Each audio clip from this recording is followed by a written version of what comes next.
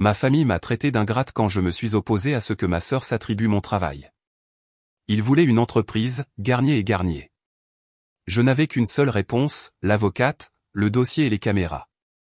J'entre dans mon studio, l'odeur familière du cuir et de la peinture fraîche m'accueillant à la maison après 3 jours de réunion avec des clients à Lyon. Quelque chose cloche. Le fauteuil vintage en velours que j'ai retapissé le mois dernier se trouve à 60 cm de sa place habituelle. Mes croquis, normalement classés par date de projet, sont empilés en désordre sur la table à dessin. Lila, je lance, en laissant tomber mon portfolio près de la porte. Ma voix résonne dans le silence inhabituel. Le studio a l'air d'avoir été réaménagé pour une séance photo, pas pour être fonctionnel. J'ai passé 7 ans à perfectionner cet espace, chaque table à la bonne hauteur, chaque lampe positionnée pour un éclairage optimal sur mon travail de dessin. Chloé, tu es rentrée plus tôt. Lila déboule par la porte de derrière, le café débordant du bord de sa tasse. Ses yeux parcourent nerveusement la pièce, se posant partout sauf sur moi. Qu'est-ce qui s'est passé ici, je demande, en passant le bout de mes doigts sur le bord de ma table de conception. Les épaules de Lila s'affaissent. Elle pose son café et fait glisser sa tablette vers moi sur la table de travail. Ta mère est passée avec de la confiture de fraises mardi, quand elle a appris que tu étais à Lyon. Sa voix s'éteint alors qu'elle tapote l'écran. Une double page de magazine numérique remplit la tablette. Le titre annonce « Camille Garnier, le joyau caché du design de Provence ». Mon estomac se noue tandis que je fixe la photo, ma sœur posant avec assurance dans mon studio, sa main reposant sur ma table à dessin sur mesure. Celle que j'ai construite avec du parquet en pin de récupération de la maison de notre grand-mère. Ils ont volé le travail de ma vie pendant mon absence, je murmure, les mots me brûlant la gorge. Les yeux de Lila s'emplissent de larmes. Ta mère a apporté la confiture, a demandé où tu étais, puis Camille est arrivée avec des photographes 1 heure plus tard. J'ai essayé de t'appeler. Je cherche mon téléphone en tâtonnant, faisant défiler les appels manqués de Lila qui sont arrivés pendant mes négociations avec les clients. J'étais en présentation toute la journée de mardi. J'avais mis mon téléphone en silencieux. L'article décrit la « vision unique » et le « style caractéristique » de Camille tout en présentant mon espace soigneusement aménagé. Je fais défiler d'autres photos, mes luminaires faits main, mes étagères sur mesure, ma palette de couleurs soigneusement sélectionnée, tout cela attribué à Camille. Puis je me fige. Là, bien en évidence, se trouve une photo de mon projet de thèse de fin d'études, un coin lecture que j'ai conçu en utilisant des matériaux de récupération avec un budget d'étudiante. La légende dit, les premiers travaux de Camille montrent son approche durable du design. Ma propre famille a planifié cette trahison. La prise de conscience me frappe de plein fouet. Quand j'avais 12 ans, je réagençais les meubles de ma chambre chaque semaine, expérimentant avec la circulation et la fonctionnalité. Camille recevait de nouveaux couvre-lits et rideaux. Moi, je recevais des regards de travers quand je ramenais à la maison des meubles abandonnés pour les restaurer. À 16 ans, je troquais et revalorisais des pièces, développant l'esthétique qui allait devenir ma signature. Mes parents disaient que je jouais à la maison, tout en louant les réussites scolaires de Camille. J'ai cumulé 3 emplois pour payer mes études de design, serveuse le matin, vendeuse le soir, nettoyage de bureau le week-end. Mes parents n'ont rien contribué, disant que les carrières créatives étaient des investissements risqués. Ces années se font dans une brume d'épuisement, de vapeur de peinture et de détermination. Chaque pièce de ce studio représente un sacrifice, un choix de construire quelque chose de significatif au lieu de prendre le chemin le plus facile. Le mois dernier, lors de notre dîner de famille mensuel, Camille a suggéré nonchalamment de devenir le visage de mon entreprise. Tu es le talent, Chloé, mais soyons honnêtes, je suis meilleur avec les gens. Papa et maman sont d'accord, a-t-elle souri en coupant son rôti. C'est tout à fait logique sur le plan commercial. J'ai posé ma fourchette. J'ai construit ça à partir de rien. Je ne donnerai pas le crédit à quelqu'un d'autre. Ne sois pas égoïste, a sèchement répliqué maman. Camille a des relations. Elle essaie de t'aider. Après tout ce que nous avons fait pour toi, a ajouté papa, bien qu'il n'ait fait que douter de moi. Je suis sorti, leurs accusations d'ingratitude me suivant jusqu'à la voiture. Je n'aurais jamais pensé qu'ils iraient aussi loin. Mon téléphone sonne, me ramenant brutalement au présent. Ce sont les Martins, mes nouveaux clients pour la rénovation de leur maison de style provençal. Mademoiselle Garnier ? Nous avons décidé de prendre une autre direction, dit monsieur Martin d'un ton sec. Nous avons vu l'article sur le travail de votre sœur et l'avons contacté directement. Avant que je puisse répondre, il raccroche. La notification de mon courrier électronique teinte, un client potentiel demande si Camille est disponible pour une consultation. Un autre tintement, Camille m'a identifié dans une publication sur les réseaux sociaux, me remerciant d'avoir inspiré son parcours de designer. Je pose mes deux mains à plat sur ma table de conception, sentant le grain du bois contre mes paumes. Ma respiration se calme. Ma colonne vertébrale se redresse. Ceci est mon studio, dis-je, ma voix plus forte que je ne l'aurais cru, et je me battrai pour lui. Mon territoire. Mon. Lila hoche la tête, la détermination remplaçant ses larmes. Par où commençons-nous? Mes mains tremblent alors que j'ouvre mon ordinateur portable. L'article de magazine n'était que le début. Après une nuit blanche à arpenter mon appartement, je suis déterminé à comprendre toute l'étendue de la trahison de Camille. Et c'est son Instagram, suggère Lila, perché sur le bord de mon bureau avec 2 tasses de café fumantes.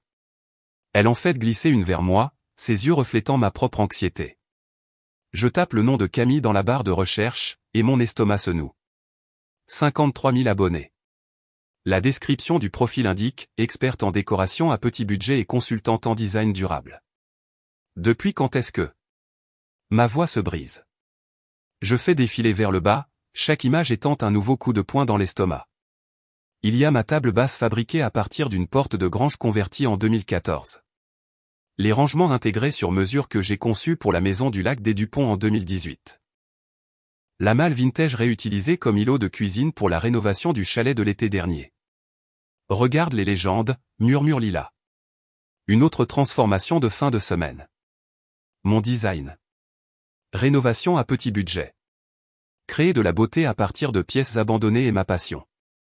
Design de sauvetage. Les commentaires inondent chaque publication. Vous êtes si talentueuse. Pouvez-vous m'aider avec mon salon? Où avez-vous appris ces compétences? Où avez-vous appris ces compétences? Les réponses de Camille sonnent exactement comme moi. Je crois que la fonction doit toujours rencontrer la beauté à l'intersection de l'abordabilité. Mes mots. Ma philosophie du design. Écrite dans mon journal depuis l'école de design. Pinterest aussi, dit Lila, se penchant pour taper dans la barre de recherche. Regarde la date sur ce tableau. Décembre 2012, le mois où j'ai terminé ma première rénovation rémunérée.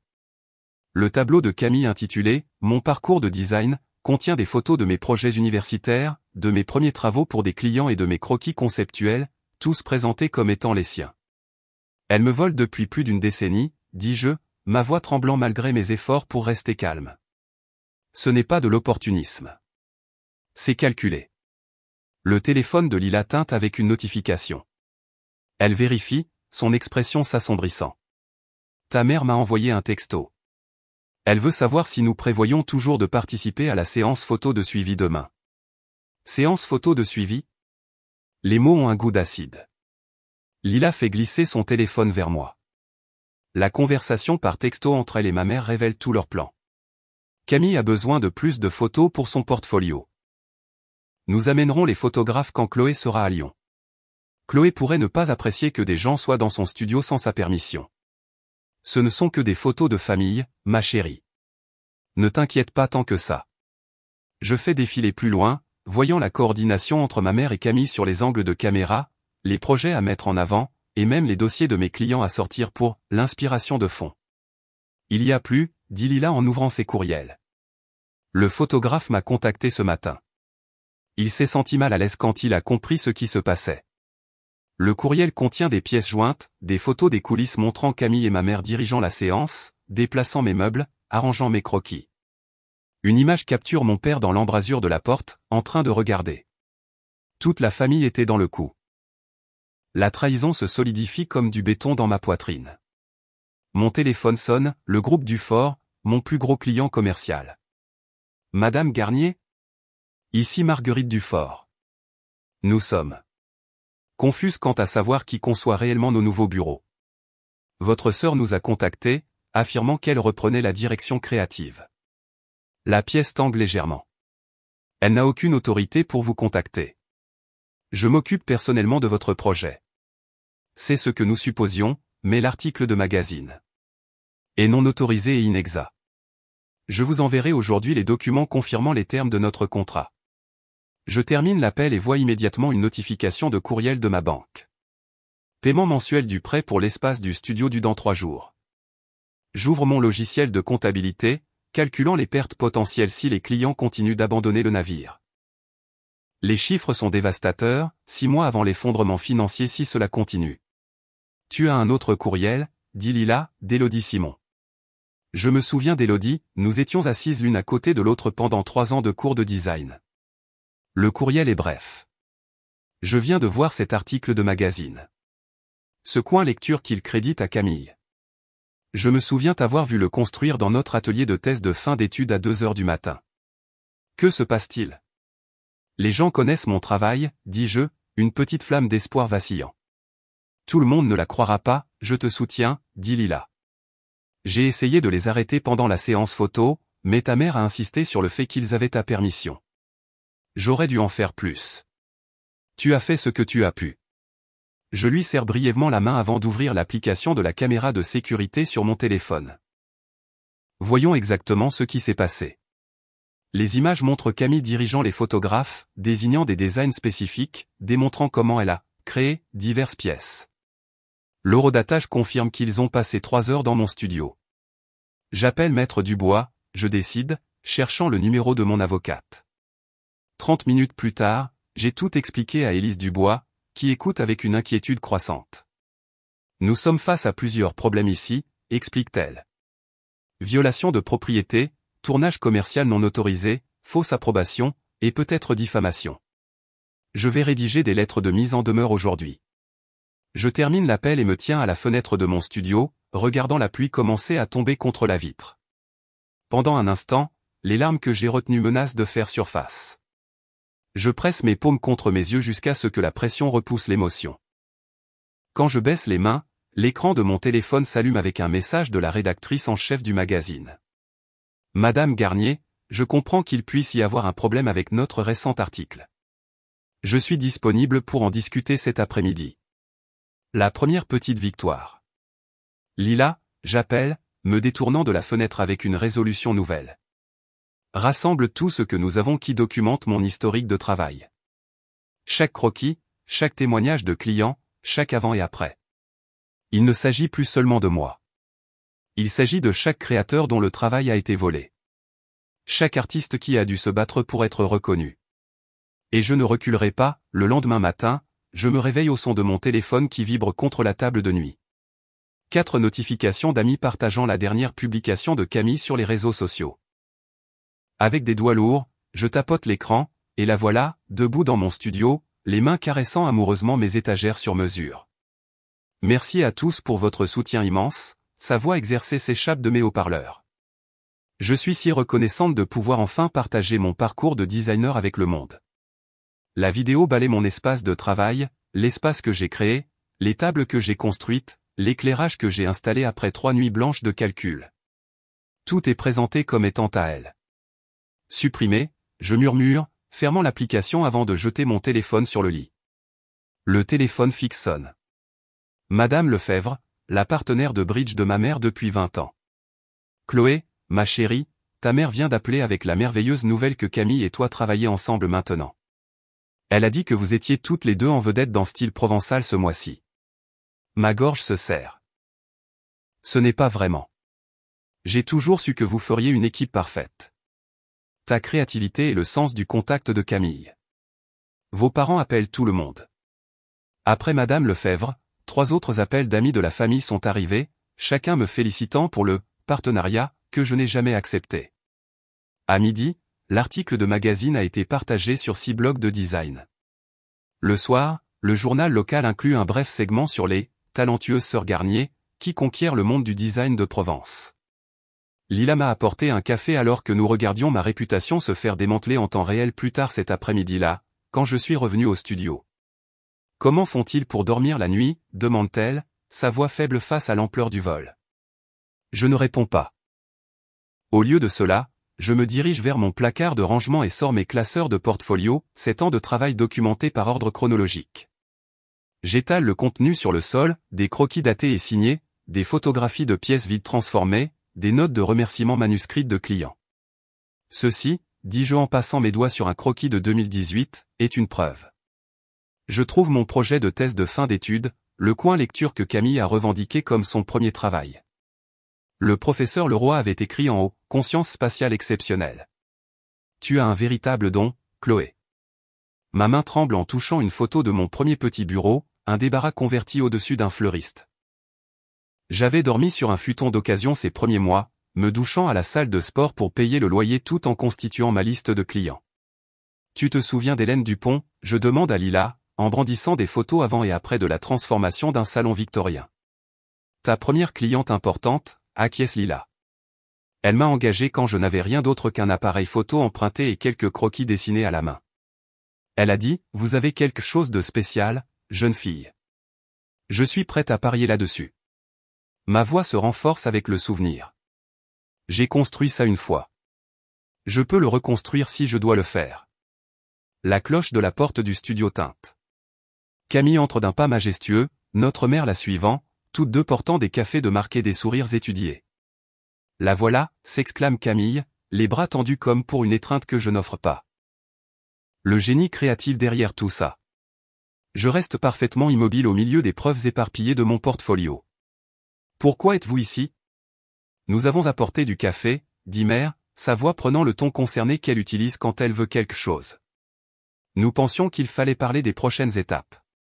La réaction à l'article a été formidable. Camille pose sa tasse, faisant attention de ne pas déranger mes preuves étalées. Écoute, Chloé, je sais que tu es contrariée par la façon dont ça s'est passé, mais la publicité est bonne pour nous deux. Nous pouvons partager la vedette, il y a de la place pour les deux sœurs Garnier. C'est ce que font les familles, ajoute Mère en s'enfonçant dans ma chaise de consultation client. Nous nous entraidons pour réussir. Génial.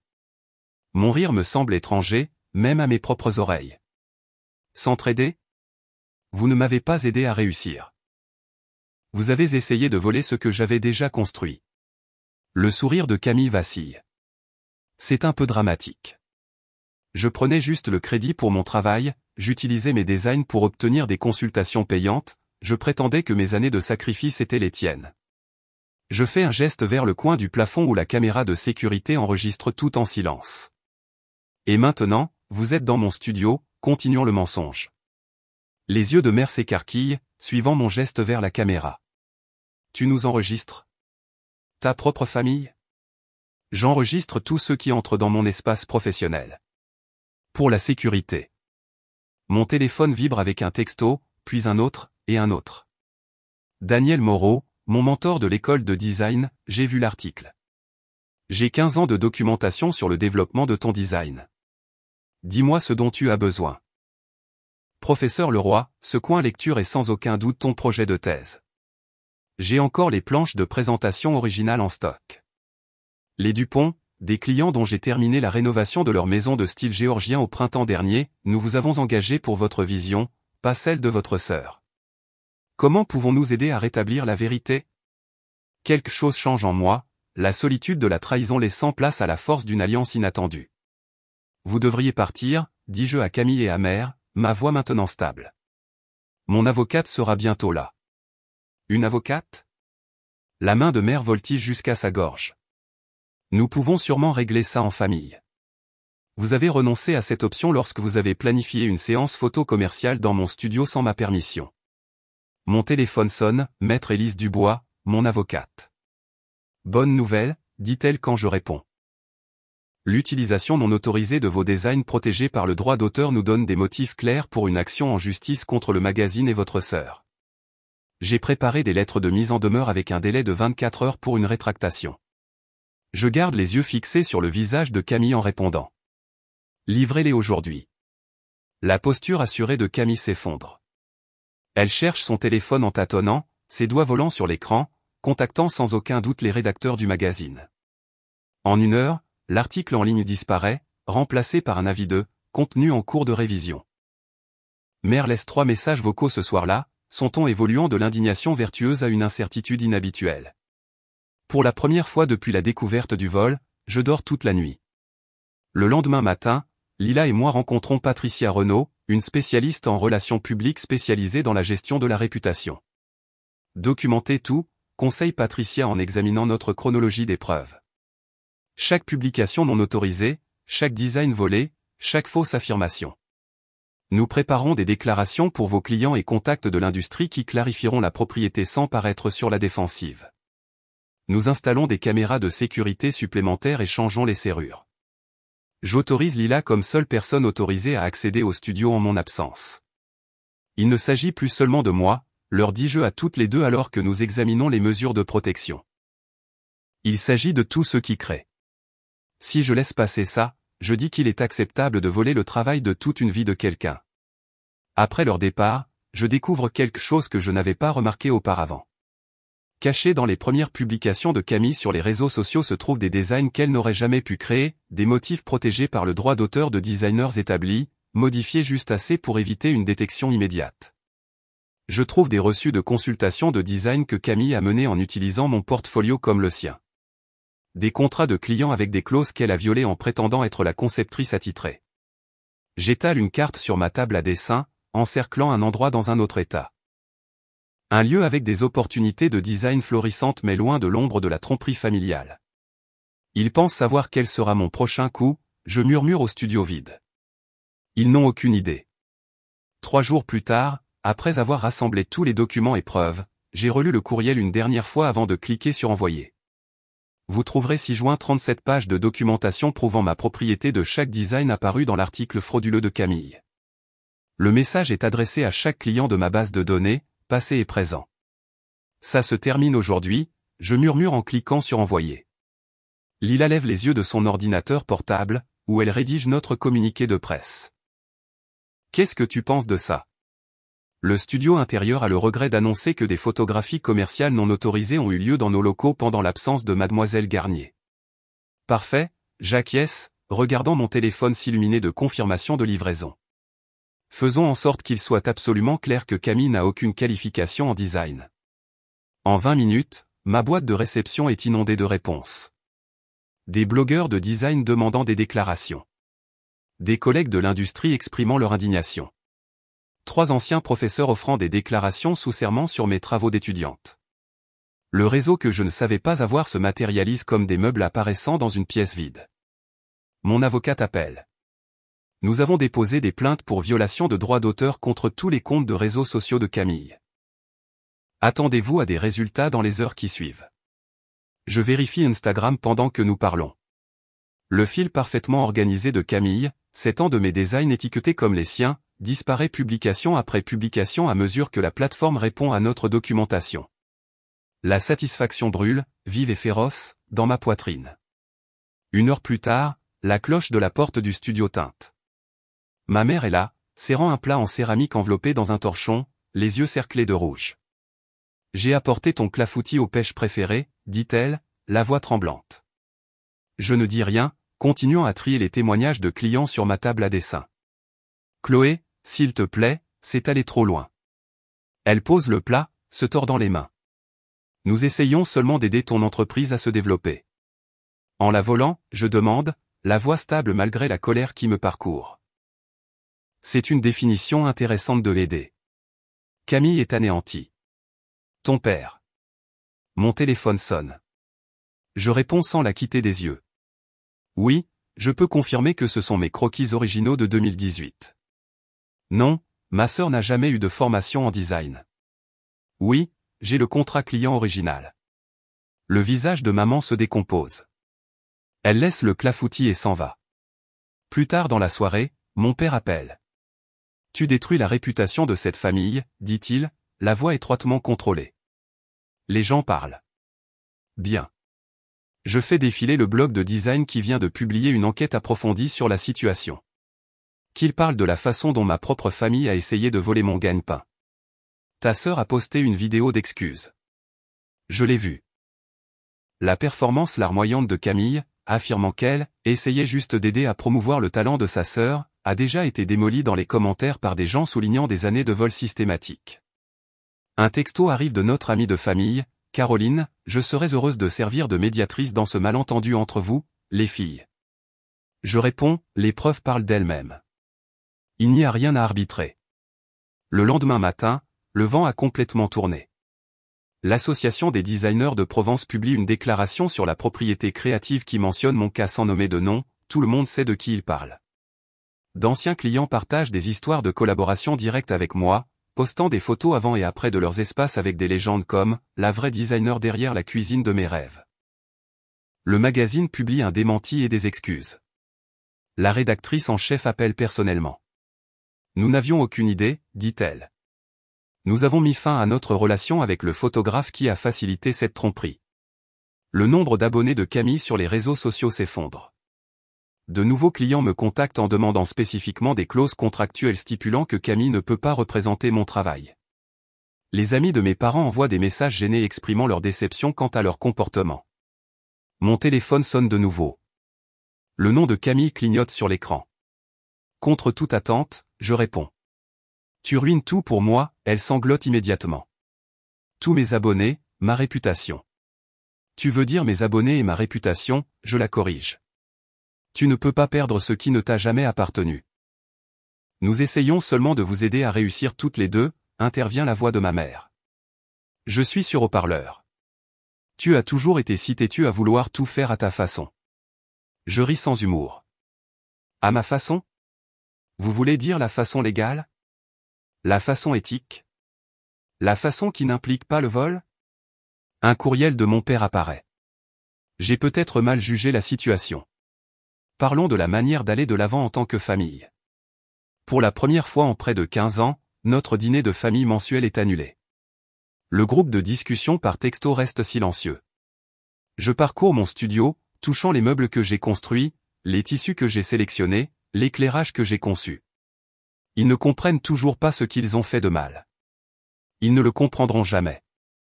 Les déménageurs arrivent demain pour la première consultation. Le nouveau bail à Bordeaux est signé sur mon bureau. 3 clients clés ont déjà accepté de poursuivre leur projet à distance. Lila a donné son préavis pour son appartement. Je me tiens à la fenêtre, regardant l'obscurité s'installer sur le jardin que ma mère m'a aidé à planter lorsque j'ai ouvert cet espace. La douleur douce amère dans ma poitrine ne diminue pas ma détermination. Parfois, il faut partir pour vraiment avancer, dis-je à Lila, alors qu'elle place le dernier document du jour dans notre dossier juridique qui ne cesse de s'épaissir. Elle hoche la tête, comprenant quelque chose que ma famille n'a jamais pu comprendre, que certains espaces, une fois violés, ne peuvent plus jamais être ressentis comme un foyer. 3 jours plus tard, je sors le dernier rouleau de papier bulle de sa boîte, le plastique crépitant alors que je sécurise un autre certificat de design encadré. Le studio semble vide maintenant, les étagères à moitié vides et les murs nus renvoyant ma voix alors que je dirige l'emballage. Ces portfolios vont dans les boîtes renforcées, dis-je à Lila, qui hoche la tête et continue d'étiqueter les conteneurs avec un soin méticuleux. La cloche au-dessus de la porte tinte. Je n'ai pas besoin de me retourner pour savoir qui c'est, l'odeur familière du parfum floral de ma mère se mêlant à la poussière de carton. Qu'est-ce que c'est que tout ça? La voix de mère traverse l'efficacité silencieuse de notre emballage. Elle se tient dans l'embrasure de la porte, Camille et papa planant derrière elle comme des choristes attendant leur signal. La main de mère vole à sa gorge, le geste si bien répété que je m'attends presque à voir des marques de projecteurs sur le sol. Chloé, tu ne peux pas simplement quitter ta famille. Je continue d'emballer un pied de lampe artisanale. Je ne quitte pas ma famille. Je délocalise mon entreprise. Papa s'avance, tout en affaires dans son polo de golf et son pantalon en toile pressée. Allons, Chloé, soyons raisonnables. Nous pouvons faire en sorte que cela fonctionne pour tout le monde. Il sort un dossier de son portefeuille en cuir. J'ai rédigé un accord de partenariat. Camille s'occupe des aspects sociaux, tu fais les designs. Garnier et Garnier design d'intérieur, ça sonne bien. Camille le bouscule, ses yeux parcourant le studio à moitié emballé. Je vais retirer toutes mes publications et vidéos, lance-t-elle, le téléphone déjà à la main. Regarde, je les supprime tout de suite. Je place la lampe emballée dans une boîte et la scelle avec du ruban adhésif, le bruit de déchirement couvrant ses promesses désespérées. Trop tard, dis-je doucement, en me dirigeant vers ma table de conception où se trouve un classeur noir. J'attendais ce moment.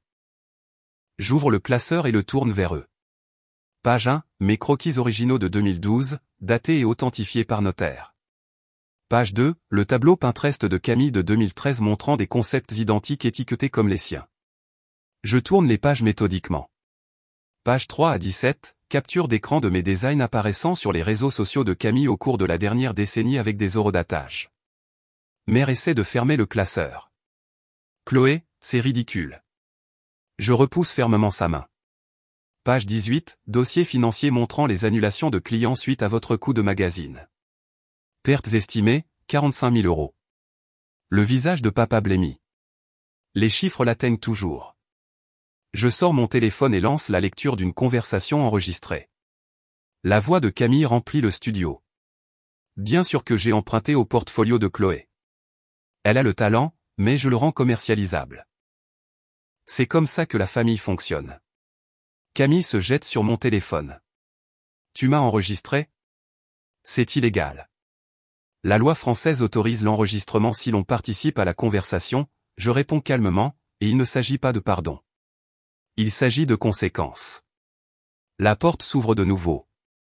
Mon avocate, maître Élise Dubois, entre avec son propre portefeuille en cuir. Elle pose 3 documents identiques sur la table. Les termes de l'accord à l'amiable sont clairs, explique Élise, son ton professionnel mais froid. Une rétractation publique reconnaissant Chloé comme la véritable conceptrice de toutes les œuvres contestées, une compensation financière pour les clients perdus et les dommages à la réputation, et une clause de non-concurrence empêchant Camille de travailler dans le design d'intérieur commercial pendant 3 ans. Mère s'effondre dans ma chaise d'emballage. C'est absurde. Il y a plus, je continue. Camille publiera une déclaration me reconnaissant comme la véritable conceptrice derrière tous les travaux précédemment revendiqués. Et vous deux, je regarde directement mes parents, il vous est interdit de vous impliquer de quelque manière que ce soit dans les affaires de mon entreprise. Élise pose 3 stylos sur la table. Signé aujourd'hui, ou nous engageons des poursuites judiciaires demain. L'équipe juridique du magazine a déjà conclu un accord séparément. La façade de Camille se fissure enfin. Tu as toujours eu le talent que je voulais, crie-t-elle, les larmes coulant sur son visage.